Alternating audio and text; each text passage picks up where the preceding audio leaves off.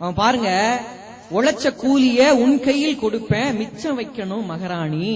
அடுத்து ஒரு வரி எழுதுறான் பாருங்க மனைவிய பத்தி, தவிச்ச வாய்க்கு தண்ணிய போல அப்படின்னு ஒரு வரி எழுதுறான். நீதான் கிடைச்ச என் வாழ்க்கை துணையாக. தவிச்ச வாய்க்கு எப்படி தண்ணி கிடைக்குமோ அந்த மாதிரி வாழ்க்கை துணையாக நீதான் அமைஞ்சன். எவ்வளவு வசதியா தெம்மாங்கு பாட்டுக்காரன் எழுதுறான் நடுவர் அவர்களே. அதான் நடுவர் அவர்களே, திருமணம்ங்கிறது இல்லறம்ங்கிறது என்ன தெரியுமா?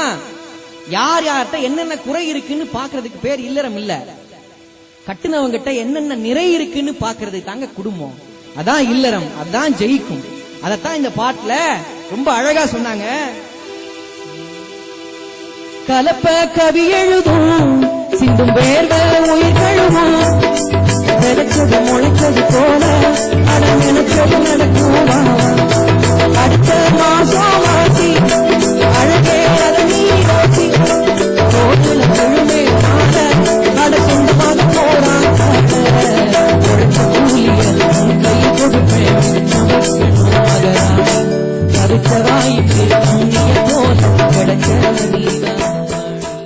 எவ்வளவு அழகான நாட்டுப்புற பாட்டு. இதாங்க இசையாலும் கருத்துக்களாலும் வெற்றி பெற்ற பாட்டுன்னா இப்படி இருக்கணும். இவங்க எழுதுற பாட்டெல்லாம் பாட்டே இல்ல நடுவர்களே. சரி, இன்னைக்கு இருக்கிற பாட்டு தான் இப்படி இருக்குன்னா அன்னைக்குள்ள பாட்டாவது நல்லா இருக்கா அப்படின்னா அதுவும் சரியில்லை நடுவர்களே. எஸ் சி கிருஷ்ணன் ஒரு பாடகருக்கு ஒரு பாட்டு கொடுத்தாங்க அந்த காலத்துல. எவ்வளவு மோசமா பாட்டு எழுதுனாங்க பாருங்க. பிஓவை பாய் பாயின பையன், ஜிஐஆர் கேர்ள் கேர்ள்ன பொண்ணு, இந்த பொண்ணு கண்டதும் போதை உண்டாகுது. பின்னாடி நாடு நாடு கிறுக்கு சியடி கெடுன கல கல கிறுக்கு குடிச்சு நீ ஏனோ தீண்டாகுற. பிஓவை பாய் பாயின பையன், ஜிஐஆர் கேர்ள் கேர்ள்ன பொண்ணு, இந்த பொண்ணு கண்டதும் போதை உண்டாகுது. மேற்கத்திய இசை பாணியில ஒரு டியூன் கொடுத்திருக்காங்கிறது மகிழ்ச்சி தான். ஆனா ஒரு நல்ல இசையில எப்படிப்பட்ட வரிகள் வரணுங்க, எழுதணுங்க. என்ன எழுதிக்கிறாங்க? பிஓஒய் பாய், பாய்னா பையன். எங்களுக்கு தெரியாத நமக்கு. ஜிஐஆர்எல் கேர்ள், கேர்ள்னா பொண்ணு. இந்த பொண்ணை கண்டதும் போதை உண்டாகுதுன்னு எழுதிருக்காங்க. பொண்ணை பார்த்தா போதை உண்டாகுதுன்னா என்னங்க? இதுன்னு பான் பராக்கா பொண்ணுனா? எவ்வளவு கேவலமா பொண்ணை கொண்டு போய் போதை பொருளோட ஒப்பிட்டு எழுதுறாங்க.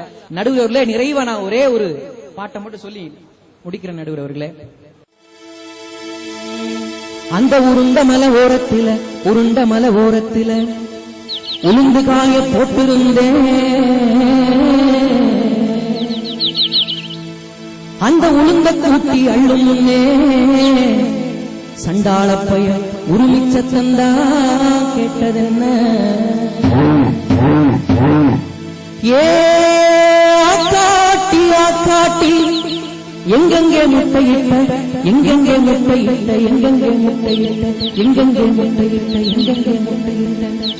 நான் கல்ல தொலைச்சு கருமலையில முட்டையிட்ட, கருமலையில முட்டையிட்ட. நான் இட்டது 4 முட்டை பொரிச்சது 3 குஞ்சு. நான் இட்டது 4 முட்டை பொரிச்சது 3 குஞ்சு. ஐயா, நான் இட்டது 4 முட்டை பொரிச்சது 3 குஞ்சு.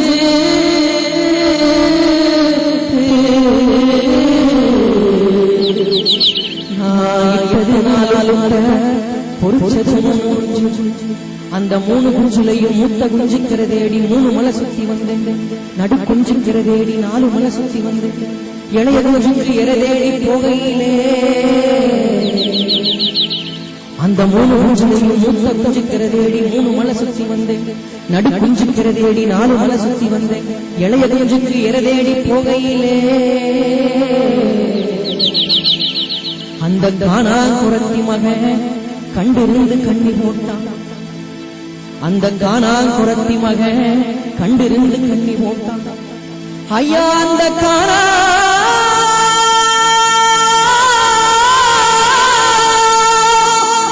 குரத்தி மகன்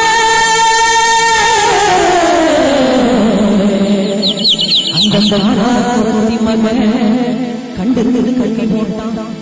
என் காலு 2 கண்ணிக்குள்ள ரெக்க 2 மாரடிக்க.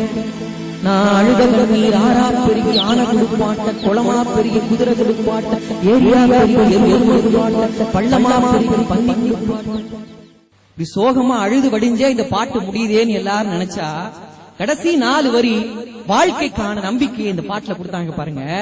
ஒரு அறிஞர் தான் சொன்னார், வாழ்க்கையில நமக்கு 2 கைகள் போதாதுன்னார். 4 கைகள் வேணும்னாரு.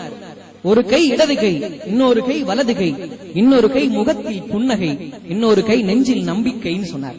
இந்த 4 கைகள் வாழ்க்கையில வேணும். அந்த நம்பிக்கையை இந்த பாட்டுல கடைசியில பதிவு பண்ணாங்க பாருங்க. எவ்வளவு சோகம் வந்தாலும் அதையெல்லாம் தூக்கி எறிஞ்சிட்டு வாழ்க்கையில ஜெயிக்கணும் சொல்லி இதே பாட்டு தான் சொல்லி கொடுத்தது. வாழ்க்கையில் வெற்றி பெறுவதற்கு நிறைய வழி இருக்குதுன்னு சொன்ன பாட்டு நடுவர் அவர்களே எங்களுடைய தெம்மாங்கு பாட்டு. ஆக நடுவர் அவர்களே, இசையாலும் கருத்துக்களாலும் வெற்றி பெற்ற பாடல்கள் என்றைக்குமே திரைப்பட பாடல்களை விட தெம்மாங்கு பாடல்களே மிக உயர்வான இடத்தில் இருக்கிறது. நீங்கள் உயரமான இடத்தில் இருக்கிற பாடலுக்கு தீர்ப்பு சொல்ல போகிறீர்களா, உயர்வான இடத்தில் இருக்கிற பாடலுக்கு தீர்ப்பு சொல்ல போகிறீர்களா என்பதை இவர்களைப் போலவே நானும் எதிர்பார்த்து காத்திருக்கிறேன் என்று சொல்லி அருமையாக ரசித்த உங்கள் எல்லோரையும் வணங்கி விடைபெறுகிறேன். வாய்ப்புக்கு நன்றி, வணக்கம். மிக அருமையாக தெம்மாங்கு பாடல்களை ஒரு இலக்கிய தரத்தோட பதிவு செய்திருக்கக்கூடிய அருமை தம்பியை இந்த மன்றம் மனதார பாராட்டு. சகோதரி வயிறு நிறைஞ்ச மாதிரி மனநிறைவோடும் இங்கே வருகை தந்திருக்கிறார்கள். அதை போல அவர்களுடைய பேச்சும் நிறைவாக இருக்கும் என்று இந்த மன்றம் நம்பி திரை இசை பாடல்களை அவர்கள் வசம் ஒப்படைத்து உங்கள் கரகோஷத்தோடு அவர்களை பாராட்டி அழைக்கிறது. வாங்க. உலகில் உள்ள எத்தனையோ மொழிகளில் கவிதைகள் இருந்தாலும் ஒரு மொழியே கவிதையானது என்று சொன்னால் அது நம் தாய்மொழியாம் தமிழ் மொழிக்கு மட்டுமே கிடைத்த பெருமை என்கின்ற காரணத்தினால் நம் தாய்மொழியாம் தமிழ் மொழியை வணங்கி திரைப்பட பாடலால மகிழ்ச்சிப்படுத்தவும் முடியும், ஆறுதல் படுத்த முடியும், தீர்வு சொல்லவும் முடியும். எத்தனையோ பாடல்களை இவங்க குற்றம் சாட்டினார்கள். நான் கேட்கிறேன், எத்தனையோ பாடல்களை நீங்க குறை சொன்னாலும் கூட ஒரு 1,00,000 பாட்டு, ஒரு தோராயமா ஒரு 1,00,000 பாட்டு வச்சுக்கோங்க, அதுல ஒரு 1000 பாட்டை தள்ளுபடி செய்யுங்க நடுவர்களே. உள்ள பாட்டுக்கு இணையா உங்களால ஒரு பாட்டை கொடுக்க முடியுமாங்க? சொல்லணும், ஒரு நியாயமா பேசணும்ல. புதிய பறவைன்னு ஒரு படம் நடுவர்களே, அதுல என்ன அழகா என்ன ரம்மியமா ஒரு பாடல் எப்படி இருக்கணும், ஒரு கவித்துவம் எப்படி இருக்கணும் தெரியுமா? வெள்ளத்தின் பெருக்கை போல் கலைப்பெருக்கும் கவிப்பெருக்கும் மேவனும்னு ரொம்ப அற்புதமா சொல்லுவாங்க. அதே மாதிரி கண்ணதாசனுக்கு வார்த்தை அவ்வளவு அழகாக வந்து விழும். அதே மாதிரி இசையும் எம்எஸ்பி அவர்களுக்கு ரொம்ப நளினமா வந்து விழும் நடுவர்களே. இந்த மாதிரி ஒரு பாடல் உங்களால் தர முடியுமா?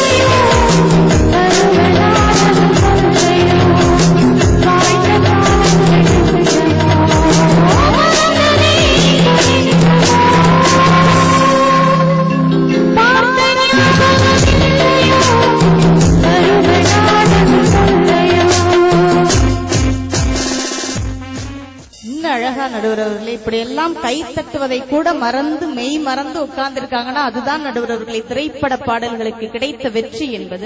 அப்படி சூழ்நிலைக்கு என்ன அழகா பாட்டு கொடுத்தாங்க, அருமை. என்ன அழகா இசை எவ்வளவு ரம்மியமா இருந்தது நடுவர்களே, எவ்வளவு வெரைட்டின்னு சொல்லுவாங்க. வாழ்க்கையில புதுமைங்கிறது ரொம்ப முக்கிய நடுவர்களே. ஆரம்பத்திலேருந்து 4 பாடல் மொத்தம் நம்மளுடைய சகோதரர் பாடினாரே, ஒரு இசையில ஒரு வெரைட்டி காட்ட முடிஞ்சது. அவங்க கேக்குறேன், இப்ப கிராமிய கவிஞர்கள்லாம் நாங்க குறைத்து மதிப்பிடல. ஆனா ஒரு விஷயம் எடுத்துக்கோங்களேன், திரைப்பட கவிஞர்களுக்கு பாடகர்களுக்கு ஒவ்வொருவருக்கும் ஒவ்வொரு குரல் வளம் இருக்குங்க. பாடலும் ஒரே மாதிரி தான் இருக்கு, அவர்கள் வாசிக்கக்கூடிய இசையும் ஒரே மாதிரி தான் இருக்கு. அந்த விஜயலட்சுமி நவநீத கிருஷ்ணன் பாடினாலும் ஒரே மாதிரி தான் இருக்கு, சின்ன பொண்ணு பாடினாலும் ஒரே மாதிரி தான் இருக்கு, பறவை முனியம்மா பாடினாலும் ஒரே மாதிரி தான் இருக்கு. நடுவர் அவர்களே, வாய்ஸ்லயே ஒரு மாடுலேஷன் உங்களால கொடுக்க முடியலங்கிறாங்க சகோதரி. எல்லாம் ஒண்ணு போல இருக்கு, சேனங்கட்டின குதிரை மாதிரி அது பாட்டுக்கு அத்துக்கிட்டு ஓடுது, அப்படிதானமா சொல்றீங்க?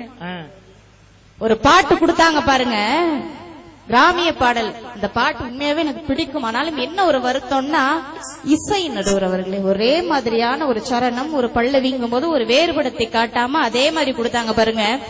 சந்திரரே சூரியரே